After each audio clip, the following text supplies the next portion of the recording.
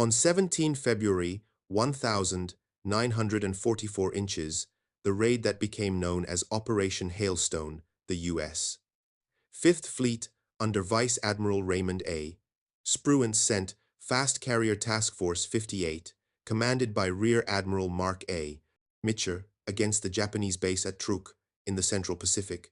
Truk had been treated by the Imperial Japanese Navy as a forward stronghold and fleet anchorage, a place that would normally force an American carrier force to strike, withdraw, refuel far to the rear, and only then return.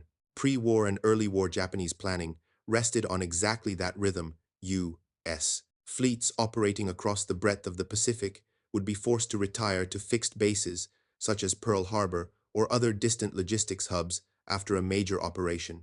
That pause was supposed to give Japan time to regroup its own fleet elements and prepare for a decisive interception. What happened in February 1944 showed that this assumption was no longer safe. TF-58's carriers, Essex-class units, alongside veteran ships like Enterprise and Yorktown, launched heavy coordinated strikes that wrecked aircraft on the ground, sank auxiliary vessels and warships in the lagoon, and disrupted Truk's usefulness as a forward refuge. That part of the story is well known. The part that mattered to Japanese admirals watching the Central Pacific was what did not happen afterward. The American carriers did not disappear all the way back to Hawaii for fuel, ammunition, and repairs.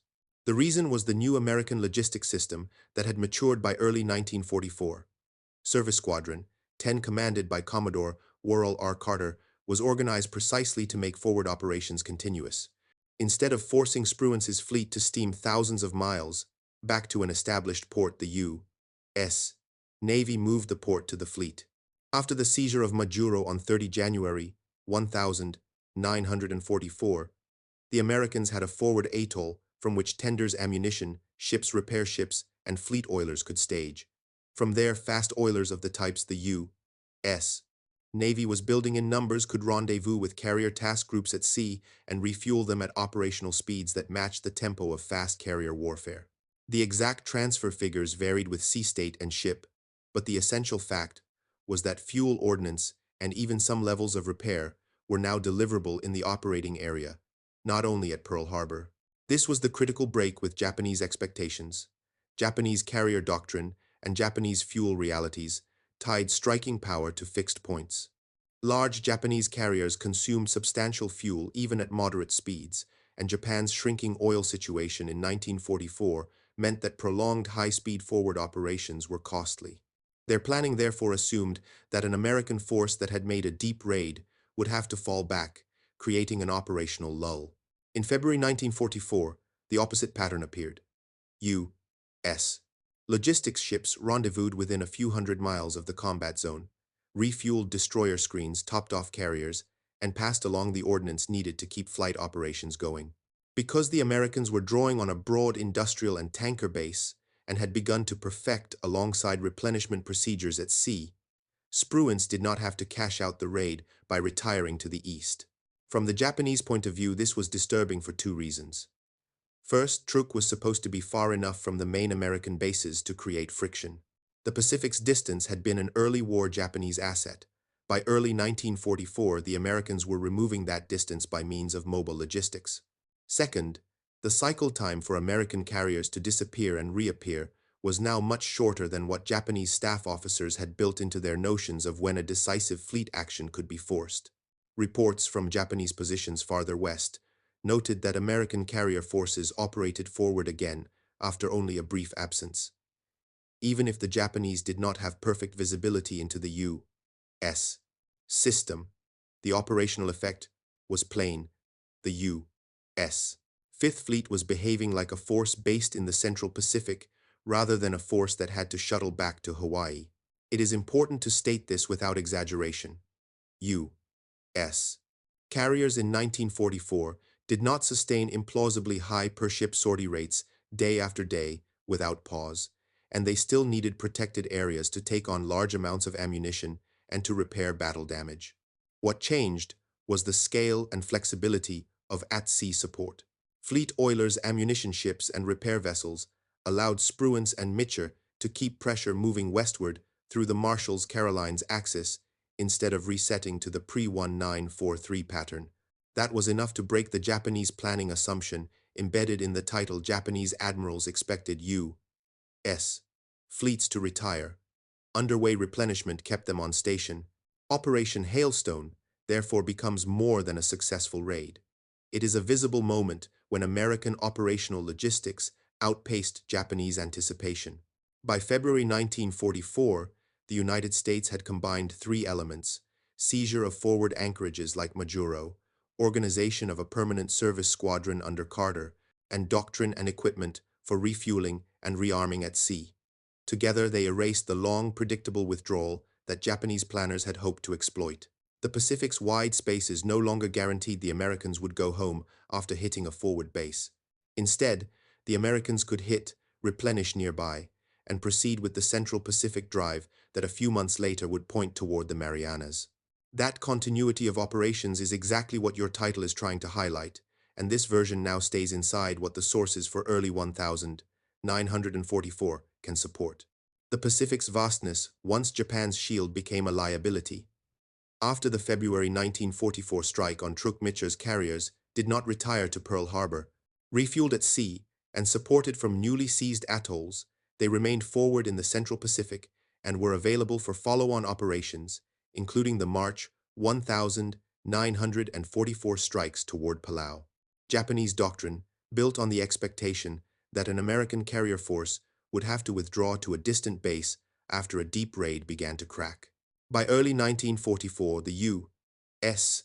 Navy had transformed Pacific warfare through engineering and mobile logistics. Service Squadron 10, formalized on 15 January 1944 under Commodore Worrell R.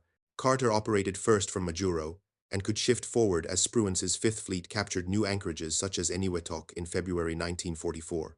Its tenders, depot, ships, ammunition ships, and fast oilers formed a moving base that followed the fleet. Instead of forcing carriers to cross back to Hawaii, the squadron brought fuel ordnance and limited repair capability to the operating area. Japan's Imperial Navy, tied to fixed strongpoints like Truk and Palau and short of tankers, could not match this endurance. Carter's organization refined underway replenishment. Cimarron-class and similar oilers rigged for fueling at sea could top off fast carrier task groups at operational speeds, reducing their exposure. Repair and service ships restored destroyers and aircraft in theater, so damaged units rejoined quickly. At Majuro, and later at forward anchorages, aircraft tenders kept carrier air groups supplied and serviceable, allowing Mitcher to maintain a high, repeatable strike tempo. Japanese staff officers assessing the aftermath of Hailstone expected Spruance to pull back for refit. Instead, Task Force 58 was available again within weeks to hit farther west. That operational pattern, raid, replenish nearby, raid again, was something the fuel-strained combined fleet, under Admiral Minechi Koga, could not duplicate in 1944. As 1944 went on, this mobile system only expanded. Service Squadron 10 grew in size and shifted forward again to Ulithi after its capture in September 1944, keeping the U.S. fast carriers supplied deep in Japanese defensive space. The effect was strategic time and distance in the Pacific. No longer enforced a pause on American carrier warfare, but they still constrained Japan. That is exactly the contrast. Your title describes Japanese admirals expected an American withdrawal. American underway replenishment kept the fleet on station. The mobile logistics system turned the calendar and the map against Japan. What Japanese admirals had counted on from 1941 to 1943 was a rhythm. The U.S. fleet would strike forward, expend fuel and ordnance, then be forced to retire to a distant base such as Pearl Harbor. That pause was supposed to be the window in which the combined fleet could move, concentrate, or restore its own air strength. By early 1944, that rhythm was gone. The U.S. Navy had learned to keep its fast carriers supplied in the Central Pacific, so the retirement phase that Japanese planners expected never really came. This change was the result of decisions made at the start of 1944. Service Squadron 10, formally organized on 15 January 1944 under Commodore Worrell R. Carter was built to follow Spruance's Fifth Fleet as it advanced. Once Majuro was taken on 30 January 1944, and Eniwetok followed in February, the U.S. suddenly had forward anchorages from which tenders, ammunition, ships, repair ships, and fast oilers could operate. Instead of telling Mitch's Task Force 58 to steam back thousands of miles for fuel, the Navy sent the fuel and the maintenance forward. That turned the fleet itself into a moving base. Every atoll taken in 1944 was not just a tactical gain, but another step that let the service squadron shift west with the combat carriers. By the time the Marianas operation began in June 1944, this system was working. Spruance's Fifth Fleet and Mitcher's TF-58 could cover the Saipan landings, maintain combat air patrols, and still be ready to strike, because their replenishment points were in the Western and Central Pacific, not back in Hawaii. Fuel, aviation, gasoline bombs, and spare parts were brought toward the operating area and passed to the carrier groups at sea or from nearby anchorages. That meant the American fleet presented itself to the Japanese as a force that stayed in contact. It did not fade away after the first blows. Operation Eigo, the Japanese plan for a decisive battle in the Marianas, was built on the older assumption. Admiral Suemu Toyoda and his staff expected that an American thrust would create a gap afterward, a breathing space in which the combined fleet could maneuver its carriers and land-based aircraft into position. What they actually met in June 1944 was a U.S. carrier force whose tempo did not collapse after the initial amphibious phase. The Americans had already refueled and rearmed close enough to the battle area to go on launching large, coordinated strikes while still protecting Saipan. That was exactly the kind of sustained carrier presence Japanese pre-war doctrine had not planned to face. The Battle of the Philippine Sea on 1920 June 1944 made the gap between the two systems obvious. Mitcher's groups came into the battle already supported. They could keep fighters over the invasion fleet, send out search aircraft, and launch attack packages against Vice Admiral Jisaburo Ozawa's mobile fleet without first withdrawing to reload. Japanese carriers operating with thinner fuel reserves and no equivalent mobile service squadron pushing supply lines forward could not match that endurance. Once U.S. submarines and carrier aircraft began sinking Japanese carriers, there was no prospect of resetting the battle a few days later. The Americans could stay, the Japanese could not. By mid-1944, Service Squadron 10 kept growing and moving forward again, eventually using Ulithi after its capture in September. At that point, the pattern was unmistakable. The U.S.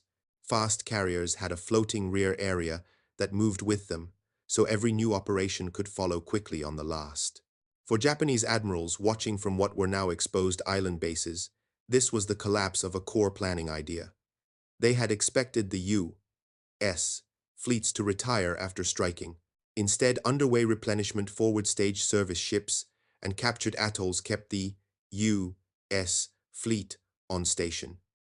That, more than any single bomb tonnage figure, is the point your title is making. The Philippine Sea was the moment everyone could see the difference.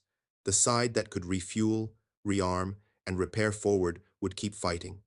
The side that had to fall back would lose the initiative. Japanese admirals had framed their plans around the second model. Spruance's fleet was now operating on the first model, and underway replenishment made it possible. For the U.S. Navy, the reality was not glamorous. It was a hard, repetitive cycle. Launch strikes, recover aircraft, form up steam to a rendezvous, take on fuel and ordnance, then go back to covering the landings or hunting the Japanese fleet. Carrier crews on ships like Enterprise, Yorktown, Lexington, and the Essex-class units did exactly that through June 1944. They did not retire to Hawaii. They met the logistics ships that Service Squadron 10 had pushed forward into the Central Pacific. Oilers, ammunition ships, and tenders came toward the fighting fleet, often at night or in marginal seas, so that Mitcher's task groups could stay in the Marianas area and keep air power over Saipan. The work was just as demanding on the support side. Carter's squadron was built to make the combat fleet look tireless.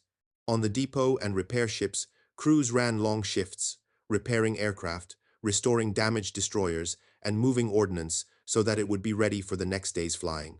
At anchorages like Eniwetok and later at Ulithi after September 1944, tenders and service ships turned those remote atolls into functioning rear bases. That is what allowed carriers to maintain a strong, repeatable sortie rhythm without a long withdrawal. You do not need to claim 120 per carrier per day or 8 hours at 12 knots to make the point. The historical point is that the tempo did not collapse because the supply train was close. On the Japanese side, this was the disturbing part. Their fleet in 1944 was tied to fewer fuel sources, was suffering losses of tankers to U.S. submarines, and did not have a mobile service organization that could move west with the carriers. Japanese staff officers, watching the Marianas fighting in June 1944, saw that American carriers disappeared only briefly to replenish, and then reappeared, still covering the invasion area. That was exactly the pause they had expected to exploit under plans like A-Go, and it did not appear.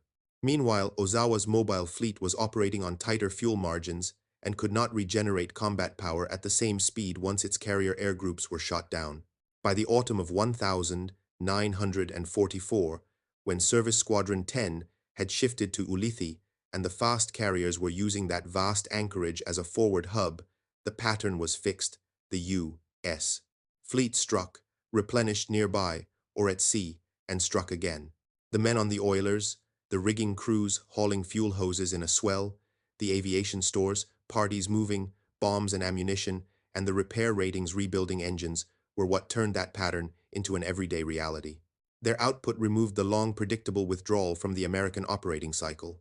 So, if we measure your paragraph against the title, Japanese admirals expected U.S. fleets to retire underway, replenishment kept them on station. The core is right. Japanese planning assumed a retreat. The U.S. logistics system erased it. What needed fixing were the over-specific numbers and the implied precision of Japanese observations.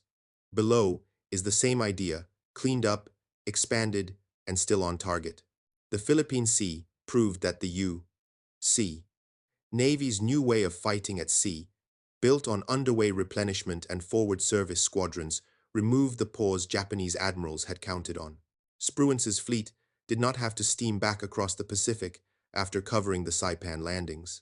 Instead, carrier task groups met oilers and ammunition ships that had been pushed forward from bases like Eniwetok, took on what they needed, and returned to operations in the Marianas.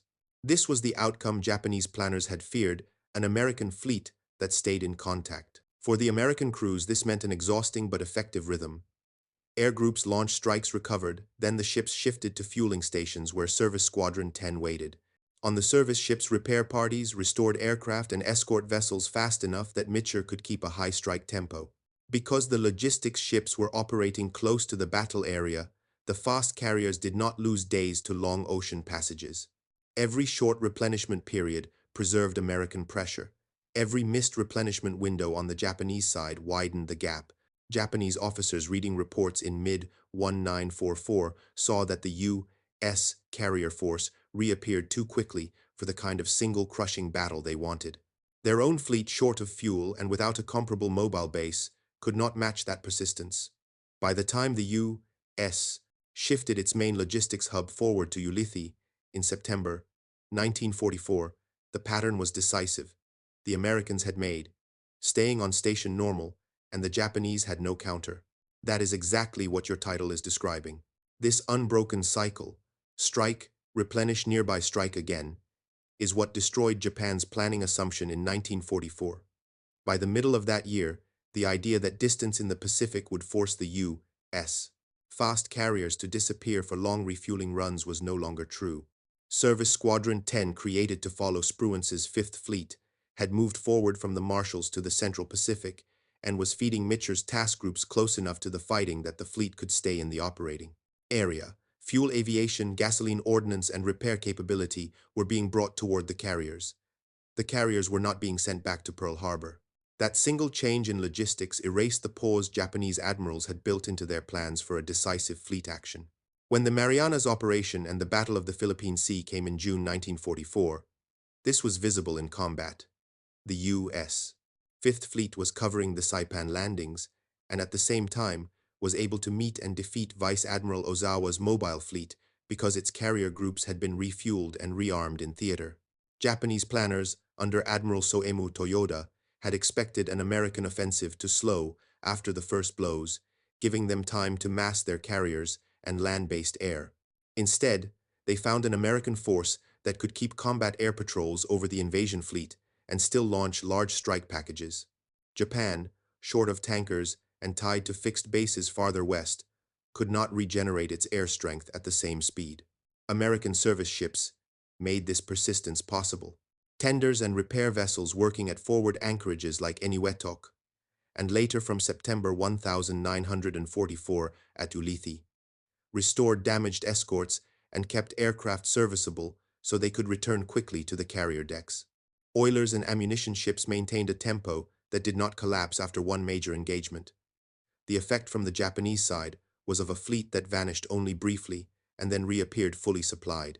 That was exactly the opposite of the pattern they had counted on since before the war. Once that pause disappeared, Japanese doctrine began to fail. The combined fleet could no longer time a single crushing battle against an American force that was compelled to retire. The Americans were now operating as if the ocean itself were their base, advancing from atoll to atoll with their service squadron right behind them. Spruance and Mitcher could keep driving west toward the Philippines, because Carter's mobile support kept the carriers on station. The rhythm of the war changed. Japan's hope for one decisive blow was replaced by continuous American pressure made possible by underway replenishment. This version now matches your title without relying on invented or overly specific numbers. The war's rhythm shifted. The Japanese Navy had built its pre-war and early war planning on the belief that the Pacific's distances would force an American fleet to strike and then retire to a distant base.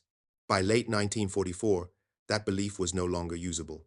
The United States had turned Ulithi Atoll into a forward anchorage for hundreds of ships, and Service Squadron 10 had grown into a full mobile base that moved with Spruance's forces. From Ulithi, the U.S. could fuel, rearm, and repair the fast carriers that were striking across the Philippines, and soon after supporting operations toward Iwo Jima and Okinawa. The effect was simple and devastating. The U.S. fleet stayed on station. Service Squadron 10 at Ulithi was the culmination of what had begun in early 1944. What had worked at Majuro and Eniwetok was now scaled up. Fleet oilers met carrier task groups at sea and topped off destroyer screens and carriers close to the operating area, not in Hawaii. Ammunition ships and tenders in the lagoon kept aircraft and ships supplied so the fast carriers could resume flight operations without a long ocean transit. Battle-damaged ships could be worked on at anchor well enough to return to duty in theater.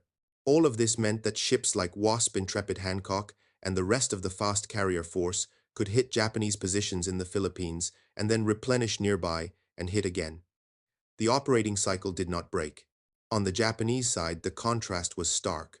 Submarine attacks on Japanese tankers had cut deeply into the fuel that the combined fleet needed. Major Japanese units were spending more time in port because there was not enough fuel to operate them aggressively. Japanese staff officers watching American movements in late 1944 could see that U.S.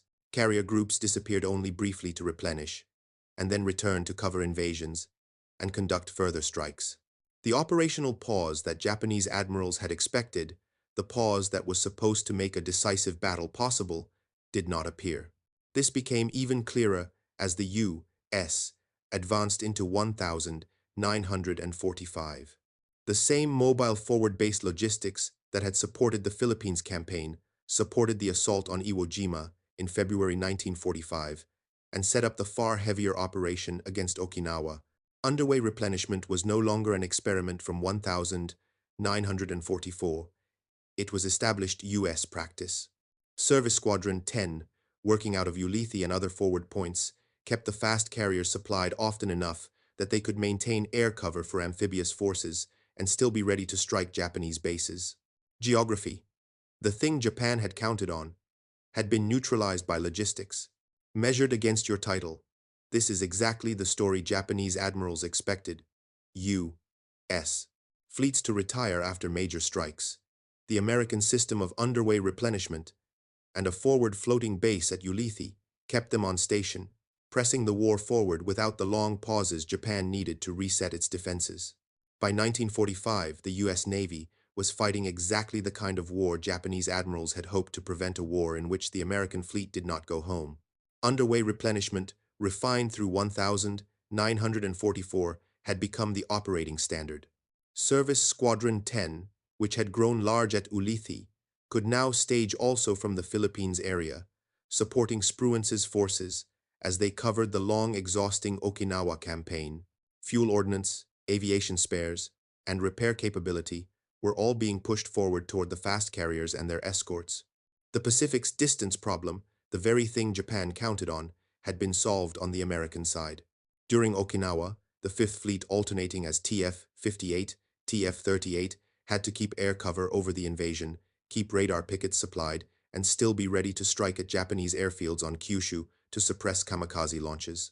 That was only possible because oilers and service ships met the combat groups at sea, and because Ulithi and later Leyte area bases could turn ships and aircraft around without sending them back to Pearl Harbor. Carriers, destroyers, and even battleships could leave the firing line, replenish, and return while the operation was still in progress. To Japanese staff officers who had built their doctrine on the assumption that an American fleet must retire after a major landing, this was the break point. The Americans were not giving them the pause. On the Japanese side, 1945 was the opposite picture. Submarine attacks had cut the tanker fleet. Aviation fuel and bunker fuel were both short. Large carriers and major surface units spent long periods inactive because Japan could not afford to run them. Even if a decisive opportunity had appeared, there was no mobile service organization to push fuel and repair capability up behind the fleet, the way the Americans were doing from Ulithi. Japanese admirals could see the American task groups reappearing off Okinawa and along Japan's approaches without the long gaps their doctrine had predicted. The logic that had underpinned plans for a single decisive battle in mid-Pacific was gone. What made the American system so powerful in 1945 was its depth. Service Squadron 10 was no longer just a handful of oilers and tenders. It was a floating port repair ships to patch battle damage from kamikaze hits, ammunition ships to reload carriers, aviation tenders to keep air groups serviceable, and enough oilers to feed multiple task groups in rotation. Crews on those service ships worked continuously to keep the striking forces supplied, so the fleet's fighting edge did not dull while the Okinawa operation dragged on.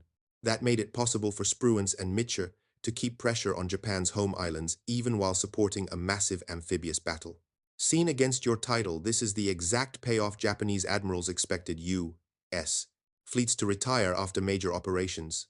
Instead, the American adoption of underway replenishment and the expansion of Service Squadron 10 kept the fleet on station in 1945.